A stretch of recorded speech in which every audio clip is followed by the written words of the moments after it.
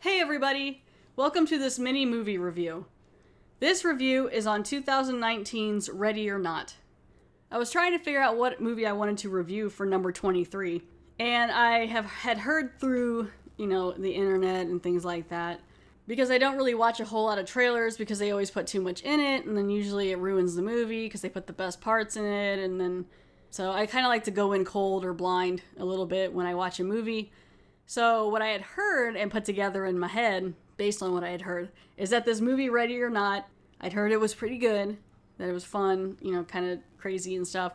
And I had heard that it's like this woman who's going to get married, and she goes to like her in-laws or like future in-laws' house, and they play some sort of like deadly game of hide and seek or something in the house, and she has to partake in this ritual that they do. So I was like, okay, I'm down with that. Let's do that. That sounds fun. Sure. I don't even know if that's what it's all about, but that sounds great.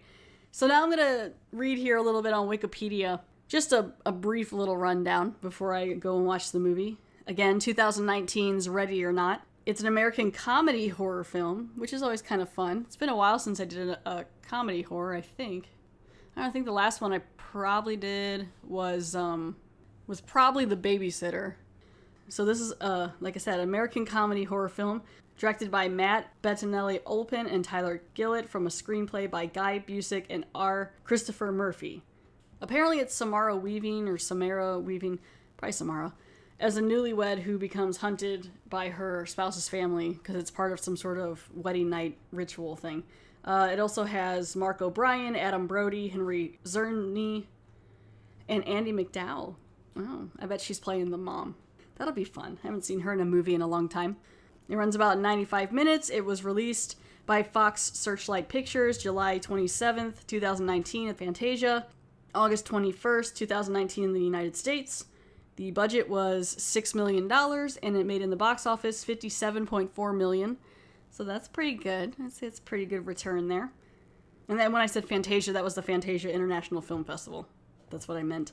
But yeah, so apparently it has pretty good reviews, humor, thrills, all that stuff. I don't really want to get too much into the plot. We'll talk about production, release, and all that stuff later if there's anything to talk about. But yeah, so I'm going to go check out 2019's Ready or Not, and I'll be back to let you know what I think.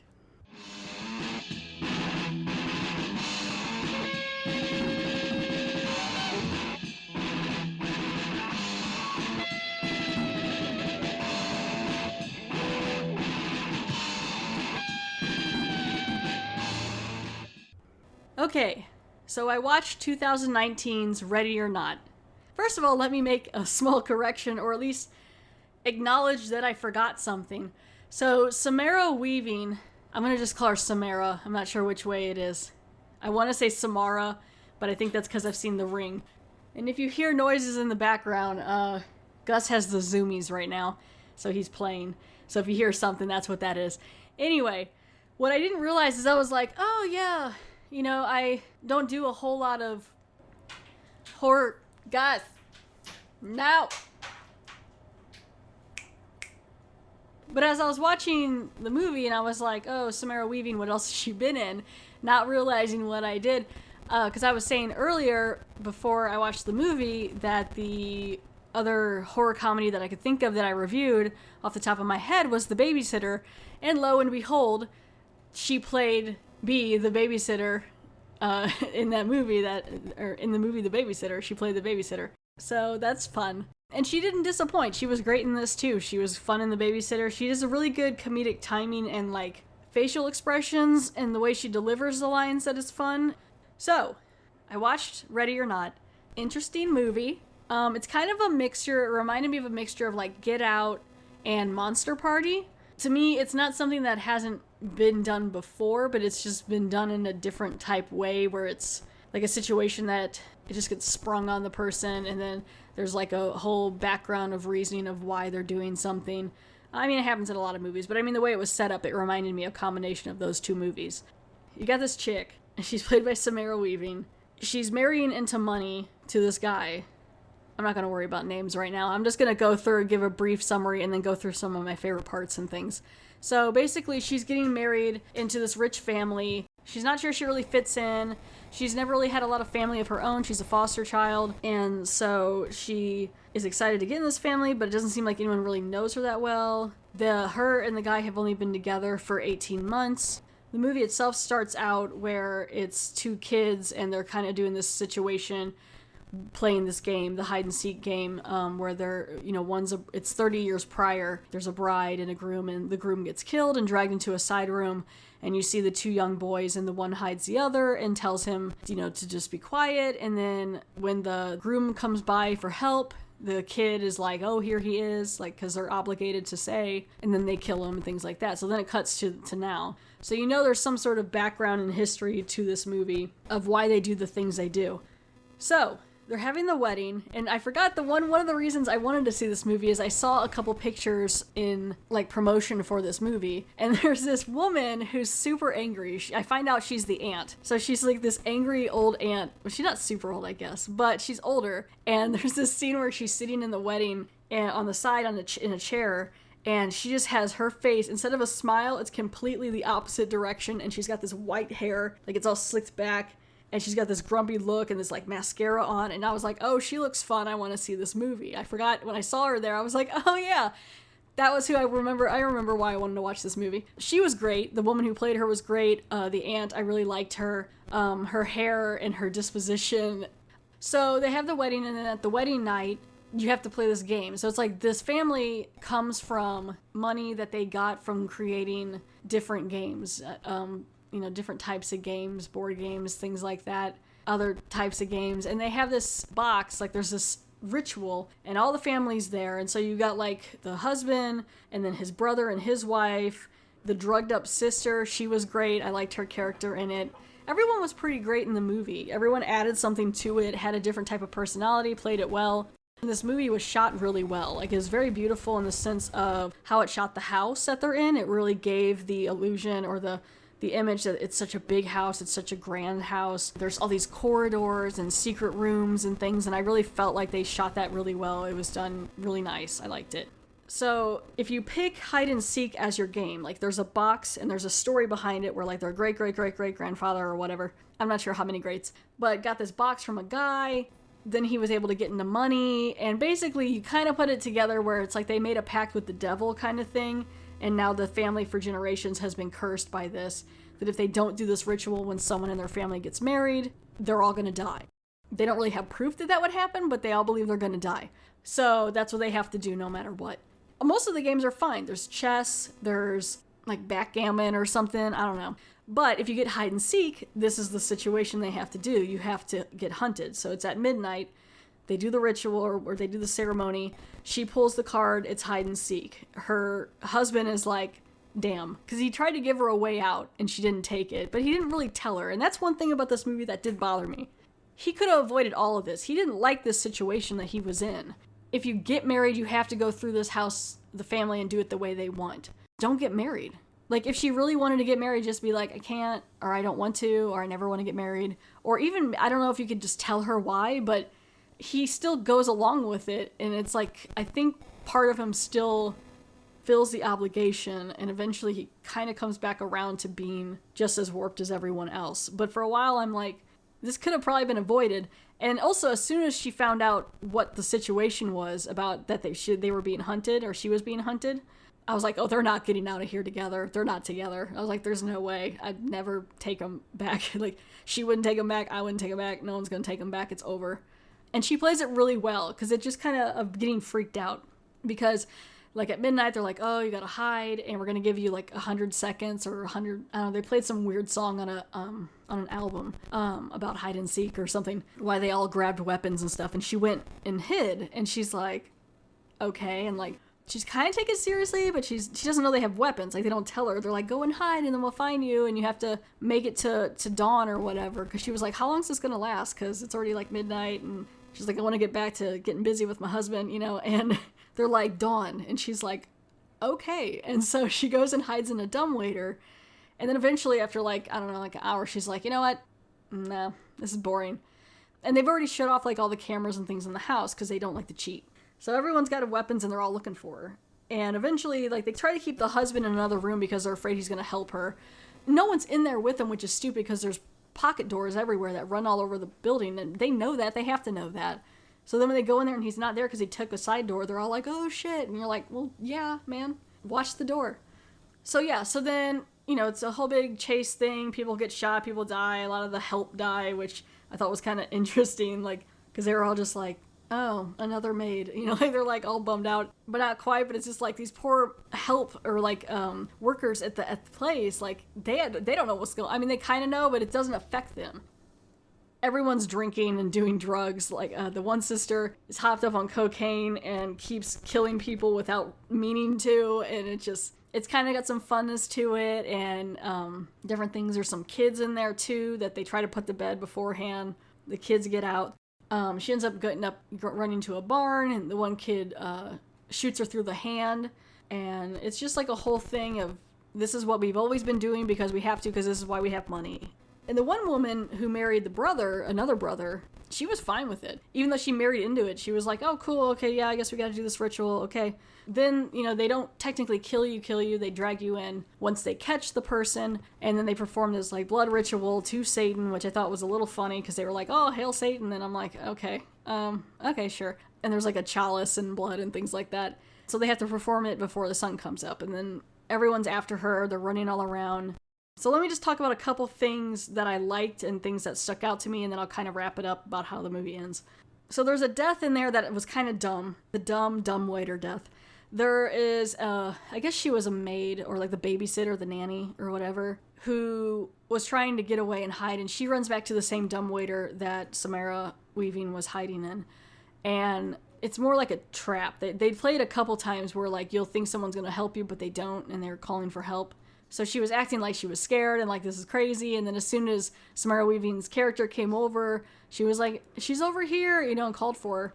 And when she did that, she leaned out and kind of hit the button on the dumbwaiter, and she couldn't get out in time because she was like hanging halfway out. I had to rewind it because I was like, how did she die? Because she was hanging out and Samara Weaving's character was trying to help her, but then she got halfway out and then the dumbwaiter like landed on her neck and crushed her and killed her. And I was like, there's not like a fail-safe button. There was a couple buttons by that door you couldn't have hit, like an emergency stop. Is it really going to crush you that hard? If anything, it would break your neck maybe, but I was like, come on, people. You got a security system and all this stuff. How did she die in this? Another fun thing was like when Samara Weaving's character was in the barn, she gets shot through the hand and it pisses her off so much. She gets shot by one of the kids. His name was Georgie. She gets so mad that she punches him in the face, and I was like, ooh, that's fun. Like, they don't always throw people, adults punching kids in faces. And he kind of deserved it. And, you know, I mean, he did shoot her in the hand. He was just trying to do what he thought he was supposed to. He wasn't quite as brainwashed. He was only like 10 years old or so, but he knew that was what his mom wanted him to do. So when he got the gun, he shot her. And there were quite a few parts in the movie that kind of like, you know, was kind of squeamy and like, ooh, you know. And one of them has to do with the hole in the hand. So after she's in the barn, it's like a goat barn full of goats, which they use for their sacrifices. I think there's other things they have to do throughout the years. I don't know.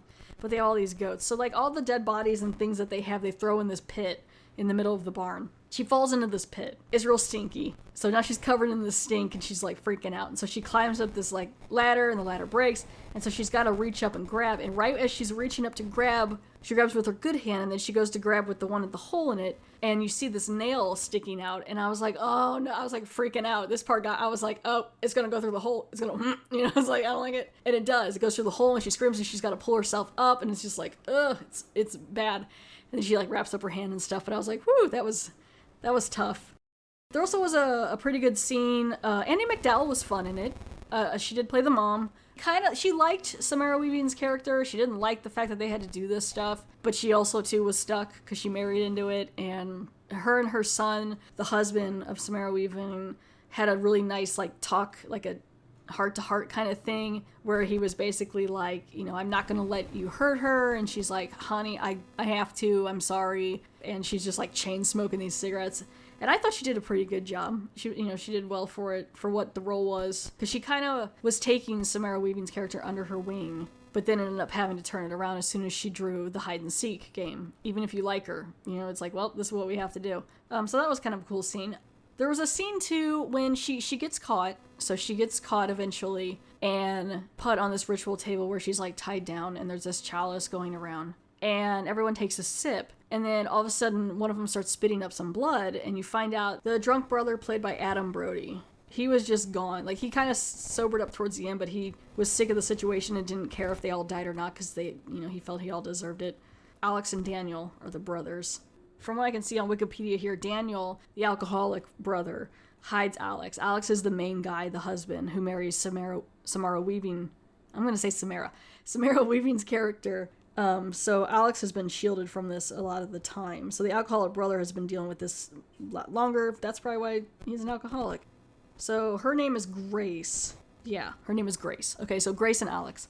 So they start spitting up the blood, and he's like, oh, I put hydrochloric acid in it. And I was like, I feel like that would do a lot more damage. Because, like, they were all spitting up blood, and it was kind of gross and stuff. But then they all kind of, like, just rinsed out their mouths, and they were fine. I mean, it hurt, but it wasn't, like, that bad. And I looked it up, and it does seem like it would do more, maybe. But I don't think they drank enough to do too much. So maybe that would be the right way it would happen. But I was like, okay. So I guess it was more kind of like a distraction. And as they're being distracted, that's when Daniel, the alcoholic brother, runs in.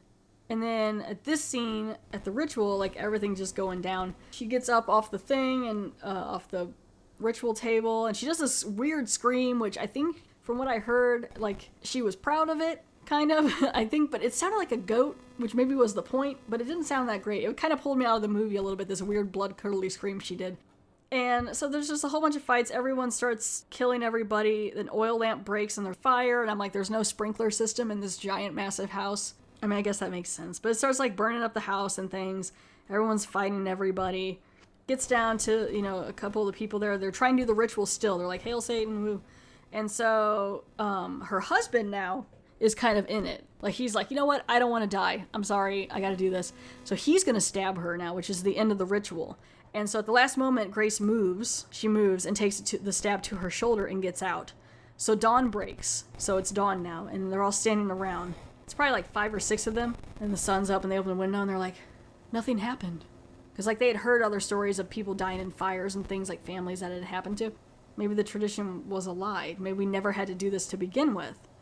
But the aunt, she still believes in it, with the grumpy face, and so she still believes it, and she's like, no, I gotta kill her, we're running out of time, dawn is breaking. So she goes to run to kill Grace, Aunt Helene, and as she does, she explodes in a bloody pop, like, just... and it's just a puff of blood, and I was like, oh, okay, because I was like, I think they're probably going to explode, maybe, like, and so she explodes, and then that's when everyone's like, oh, it's true, and so then one by one, each of them explodes in this, like, billiard room or wherever they're at that they were doing the ritual at, and so everyone's gone, and then it's down to Alex and Grace. Anyone tied with this family who married in is dead. So he's like, oh, Grace, hey, I'm so sorry, please forgive me, and everything, and she's like, no, like, this isn't gonna work. And he says this line where he's like, we weren't gonna end up together anyway after this, were we? And I'm like, no, dude, no. And she's like, no. And so then he immediately is kind of like, well, fine, then. He was maybe gonna go after her kind of thing, but then he explodes too. And she stands really close, and he gets all over her, and I was like, you could have backed up a little bit. And so the mansion is burning down. She's covered in goo and blood and stinky goats and all kinds of stuff. She's had a night. It's like 6:30 in the morning. Police are coming up the road. She sits on the patio, she lights up a cigarette. She's still in her wedding dress. She gets rid of her shoes and cuts off some of her wedding dress later. I was like, yeah, do that. And some of the scenes are just her changing and all the dresses and how it changes. It's really fun. And then the cops show up and they're like, are you okay? And they're like, well, what happened? And she just sits there and she's like, in-laws. And then that's the end of the movie. I liked it. I thought it was fun. I was a little surprised that she didn't die. I guess because the ritual wasn't completed either way, like even if she would have picked like chess or something like that, because technically she was part of the family, so shouldn't have she exploded if it wouldn't have worked? But I guess it doesn't make sense because she would have died either way. So it's that kind of struck me. But no, the movie was fun. I kept me entertained.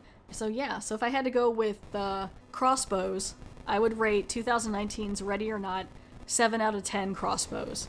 It's really fun. So go check out 2019's Ready or Not 7 out of 10 crossbows. Thank you for listening to this mini movie review.